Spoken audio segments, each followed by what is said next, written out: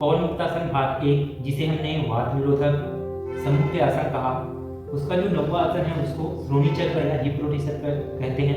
तो चलिए जानते हैं हिप रोटेशन कैसे करते हैं। तो इसके लिए सबसे पहले अपने राइट लेग को अपने लेफ्ट थाई के ऊपर इस प्रकार से रख लेंगे। फिर अपने राइट हैंड से अपने राइट लेग के नी के नीचे इस प्रकार पकड़ेंगे और लेफ्ट हैंड से राइट लेग को पकड़ लेंगे। अब इसी में अपने जो मसल्स है उसका यूज करते हुए घुटनों से एक वृत्त बनाने का प्रयास करेंगे और हिप्स को रोटेट करेंगे। देखते हैं ऐसा। पहले दोनों घुटनों को पास पास लाने का प्रयास करेंगे। राइट लेग का घुटना लेफ्ट लेग के घुटने के पास ला लेंगे। फिर इसी को इस तरह से सांस लेते हुए धीरे धीरे ऊपर की ओर लेकर जाएंगे। जब ऊपर लाएंगे तो कोशिश करेंगे कि जो आपका नी है वो आपकी चेस्ट के पास आ जाए ऐसा, और सांस छोड़ते हुए इसी को धीरे धीरे नीचे की ओर प्रेस करेंगे ऐसा। जब नीचे लाएंगे तो कोशिश करेंगे कि घुटना जमीन के स्पर्श में होते हुए जाए। सांस लेते हुए ऊपर, सांस छोड़ते हुए धीरे धीरे नीचे। Inhale exhale down. इस तरीके से 10 बार क्लॉकवाइज और 10 बार अपोजिट एंटी क्लॉकवाइज। सांस लेते हुए ऊपर, सांस छोड़ते हुए नीचे।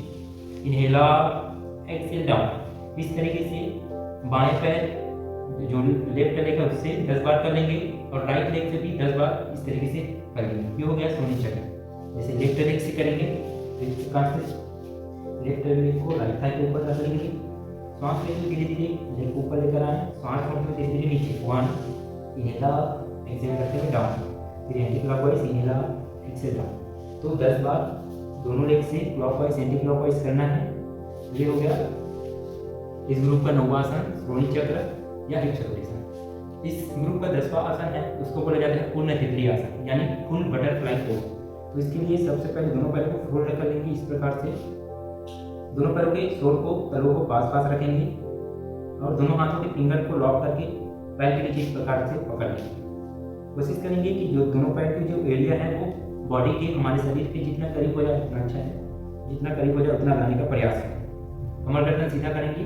फिर यहीं से दोनों घुटनों को इस प्रकार से ऊपर नीचे करेंगे। सांस लेते हुए ऊपर नीचे नॉर्मल ब्रीथिंग करते रहेंगे। सामान्य श्वसन इनहेल एक्सहेल। सामान्य श्वसन करते हुए दोनों पैरों को अप एंड डाउन। जैसे तितली अपने पंखों को अप एंड डाउन करते हैं वैसे। इस आसन की कुछ सीमाएं हैं। जैसे इस आसन को कमर दर्द वाले और साइटिका के जो पेशेंट है उसको नहीं करवाना है। तो ये पूर्ण तितली आसन की कुछ सीमाएं हैं। इस प्रकार से आप 25 से 30 बार अप एंड डाउन करेंगे। ये जो आसन है वो ध्यान के आसन में बैठने के लिए हमारे बॉडी को अनुकूल बनाता है। इसी में आप लेग को अप एंड डाउन कर सकते हैं। राइट हैंड से राइट नी को पकड़ लें, लेफ्ट हैंड से लेफ्ट नी को पकड़ लें।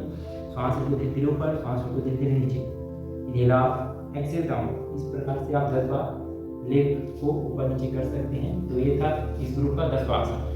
इस ग्रुप का जो 11वां आसन है उसको बोला जाता है मुष्टिका बंधन या मुट्ठी बांधना, हैंड क्लेंजिंग। तो इसके लिए सबसे पहले दोनों हाथों को अपने कंधों के समानांतर सामने की ओर फैला लेंगे। जो हाथों की उंगलियों में अच्छे से इस प्रकार से फैला के रखेंगे। फिर इसमें सांस लेंगे। सांस छोड़ते हुए अंगूठे को अंदर करते हुए इस प्रकार से मुट्ठी बंद करेंगे। इनहेल करते हुए हाथों को अच्छे से फैलाएंगे और सांस छोड़ते हुए अंगूठा अंदर करते हुए मुट्ठी बंद करेंगे। इनहेल एक्सहेल मुट्ठी बंद। Inhale exhale 2। Inhale exhale side से देख लें। सांस लेते हुए हाथों को खोलेंगे। सांस छोड़ते हुए मुट्ठी बंद करेंगे। Inhale exhale. तो ये हो गया इस ग्रुप का 11वां आसन मुष्टिका बंधन।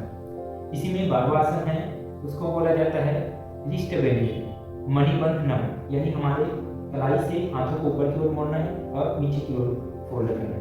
इसके लिए जो हाथों के फिंगर्स है उसको आपस में इस प्रकार से मिला के रखेंगे।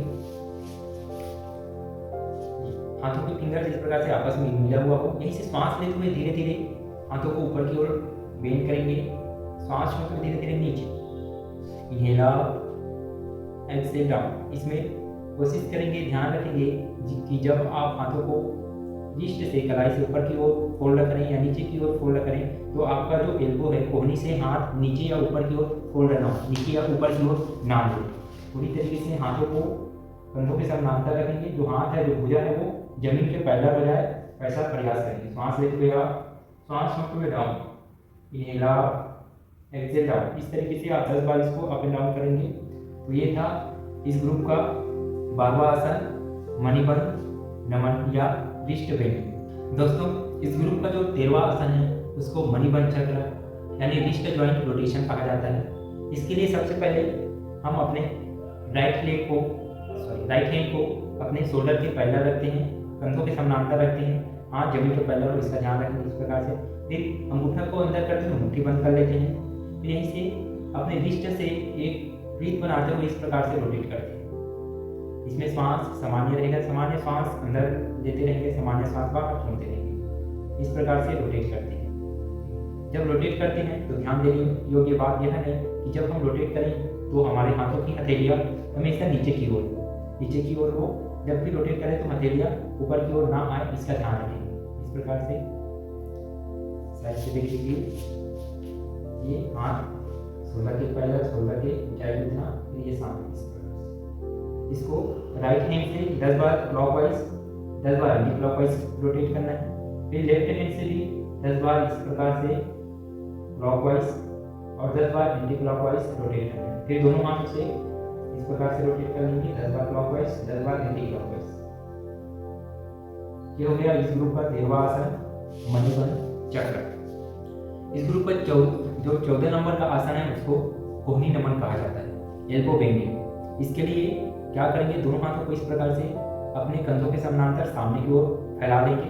हथेलियाँ जो होगी वो आसमान की ओर होगी, ऊपर आसमान की ओर। फिर इसी में क्या करेंगे, श्वास लेंगे, श्वास छोड़ते हुए अपने दोनों हाथों से अपने शोल्डर को टच करें। श्वास लेते हुए दोनों हाथों को सामने की ओर फैलाएंगे, श्वास छोड़ते हुए शोल्डर को टच करेंगे। आपका जो पूरा बॉडी है, कमर गर्दन पूरी तरीके से सीधा है, साइड से देख लें, जैसे ये कमर गर्दन सीधा, दोनों हाथ शोल्डर लेवल में सामने की ओर फैला लेंगे, हथेलियाँ ऊपर आसमान की ओर इस प्रकार से। इसी पोजीशन में लंबा करके श्वास अंदर भरेंगे, श्वास छोड़ते हुए शोल्डर को टच करें। श्वास लेते हुए हाथों को सीधा करें, सीधा फैलाएं, श्वास छोड़ते हुए अपने कंधों को टच कीजिए। Inhale exhale, inhale exhale. इस प्रकार से आप कोहनी नमन को 10 से लेकर 15 बार कर सकते हैं।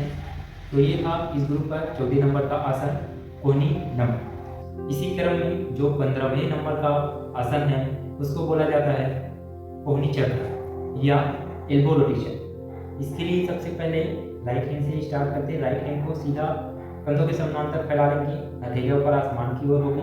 फिर यहीं से अपने राइट हैंड को एल्बो से फोल्ड करके शोल्डर को इस प्रकार से टच कर लेंगे और अपने लेफ्ट हैंड से राइट एल्बो को, राइट कोहनी को हल्का सा सहारा देंगे। फिर यहीं से क्लॉकवाइज एक वृत्त बनाते हुए रोटेट करेंगे। श्वास लेते हुए धीरे धीरे ऊपर की ओर लेकर जाएंगे, श्वास छोड़ते हुए धीरे धीरे नीचे। Inhale up, exhale down, inhale up, exhale down. इस प्रकार से आप 10 बार क्लॉकवाइज 10 बार एंटी क्लॉकवाइज राइट हैंड दायां हाथ से अभ्यास करेंगे। फिर लेफ्ट हैंड से भी इसको इसी प्रकार से श्वास लेते हुए धीरे धीरे ऊपर, श्वास छोड़ते हुए धीरे धीरे नीचे। Inhale up, exhale down. Right और लेफ्ट हैंड से 10 बार क्लॉकवाइज 10 बार एंटी क्लॉकवाइज रोटेट करेंगे। इसमें ध्यान देने योग्य बात यह है कि जब हम इसको इस प्रकार से रोटेट करेंगे तो जब हम हाथों को ऊपर की ओर लेकर जाएंगे तो श्वास भरेंगे, जब हाथों को नीचे की ओर लाएंगे तो श्वास छोड़ेंगे।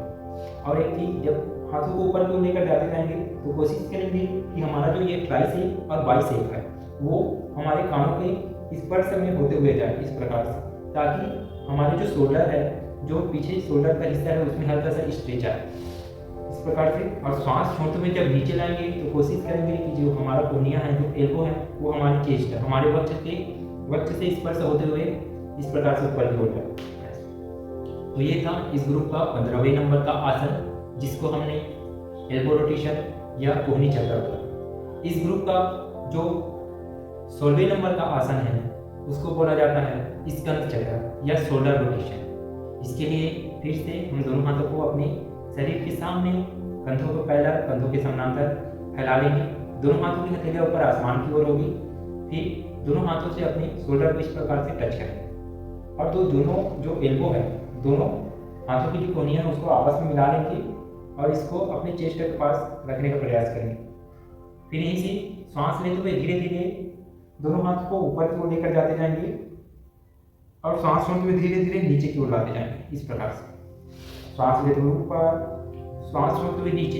इस प्रकार से रोटेट करेंगे और रोटेट करते हुए एक सर्कल यानी एक वृत्त बनाने का प्रयास करेंगे। इस प्रकार आप 10 बार श्वास लेते हुए ऊपर, श्वास छोड़ते हुए नीचे, दाएं से बाएं, फिर धीरे धीरे श्वास लेते हुए ऊपर, श्वास छोड़ते हुए नीचे। इस प्रकार से क्लॉकवाइज और एंटी क्लॉकवाइज 10-10 बार आप शोल्डर रोटेशन यानी इसका चक्र का अभ्यास करेंगे। ये साइड से देखिए, इस प्रकार से श्वास लेते हुए धीरे धीरे ऊपर, श्वास छोड़ते हुए धीरे धीरे नीचे। 1 2 3। इस प्रकार से 10 बार क्लॉकवाइज, इस प्रकार से 10 बार एंटी क्लॉकवाइज। इसमें भी ध्यान रखेंगे कि जब हम अपने हाथों को इस प्रकार सांस लेते ऊपर की ओर लेकर जाते जाएंगे तो आपका जो ये ट्राइसेप और बाइसेप है वो कानों से स्पर्श होगा और पीछे की ओर अपने कोहनी को इस प्रकार से स्ट्रेच करने का प्रयास करें। फिर सांस छोड़कर धीरे धीरे नीचे लाएंगे तो फिर से आपका जो दोनों एल्बो हैं वो आपके चेस्ट से लगते हुए नीचे आना चाहिए। तो इसका ध्यान रखेंगे। शोल्डर रोटेशन यानी स्कंद चक्र। दोस्तों, इस ग्रुप का जो अंतिम और 17वें नंबर का आसन है उसको बोला जाता है ग्रीवा संचालन यानी नेक मूवमेंट्स। तो इसके लिए सबसे पहले आपको सुखासन में बैठ जाना है यानी पार्किंग मोड के बैठ जाना है। दोनों हाथों को आराम से अपने दोनों घुटनों पे रख लेना है। कमर गर्दन पूरी तरीके से सीधा रखना है। फिर यहीं से अपना जो चीन है, अपना जो दुखी है उसको अपने चेस्ट से धीरे से लगा के रखना है। फिर धीरे धीरे श्वास लेते हुए धीरे धीरे अपने हेड को धीरे धीरे ऊपर की ओर लेकर जाएंगे और ऊपर लेकर जाते हुए अपने जो नेक के रीजन में, अपने गले के जो हिस्से में जो स्ट्रेच हो रहा है उसको महसूस करेंगे। फिर श्वास छोड़ते हुए धीरे धीरे नीचे की ओर लेकर आएंगे। श्वास लेते हुए धीरे धीरे ऊपर, श्वास छोड़ते हुए धीरे धीरे नीचे। इस प्रकार से आप नेक को अप एंड डाउन करेंगे 10 बार। श्वास लेते हुए धीरे धीरे ऊपर की ओर लेकर जाएंगे, श्वास छोड़ते हुए धीरे धीरे नीचे। इस आसन में ध्यान देने योग्य बात यह है कि जो व्यक्ति हाई बीपी, सर्वाइकल स्पॉन्डिलाइसिस या फिर गले से संबंधित किसी भी प्रकार की समस्याओं से गुजर रहा हो वो इन अभ्यासों को इग्नोर करेंगे, इन अभ्यासों को नहीं करेंगे। तो ये हो गया अप एंड डाउन। फिर ये इसी में नेक को दाएं और बाएं ट्विस्ट करते हैं। इसमें सांस लेते हुए सेंटर में रहेंगे, लंबा गहरा सांस अंदर भरेंगे, श्वास छोड़ते हुए धीरे धीरे अपने नेक को लेफ्ट साइड ट्विस्ट करते जाएंगे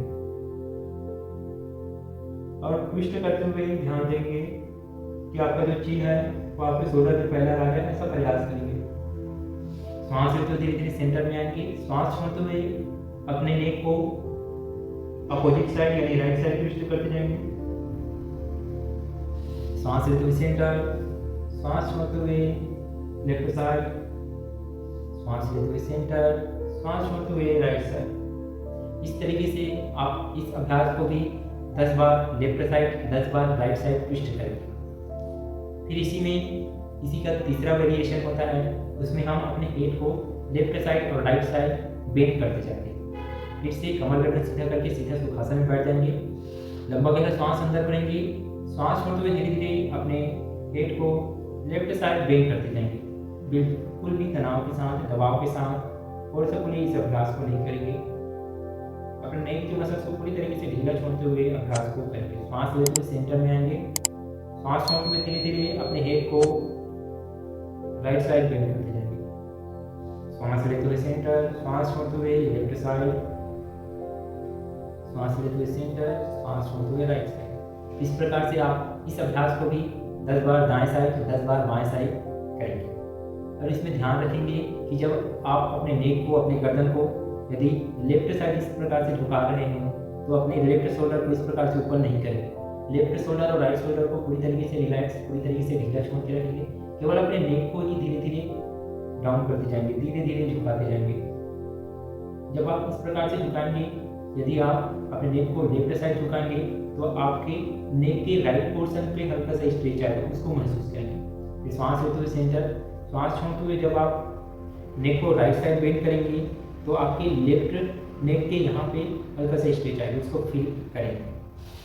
तो ये था नेक मूवमेंट। फिर इसी में इसका चौथा वेरिएशन होता है, उसमें हम पूरे हेड को, पूरे नेक को 360 डिग्री रोटेट करते हैं। इसके लिए सबसे पहले अपने चिन को चेस्ट से इस प्रकार से लगा के रखेंगे, श्वास पे धीरे धीरे हाफ सर्कल तक अपने नेक को ऊपर लेकर जाएंगे, अपने हेड को ऊपर लेकर जाएंगे।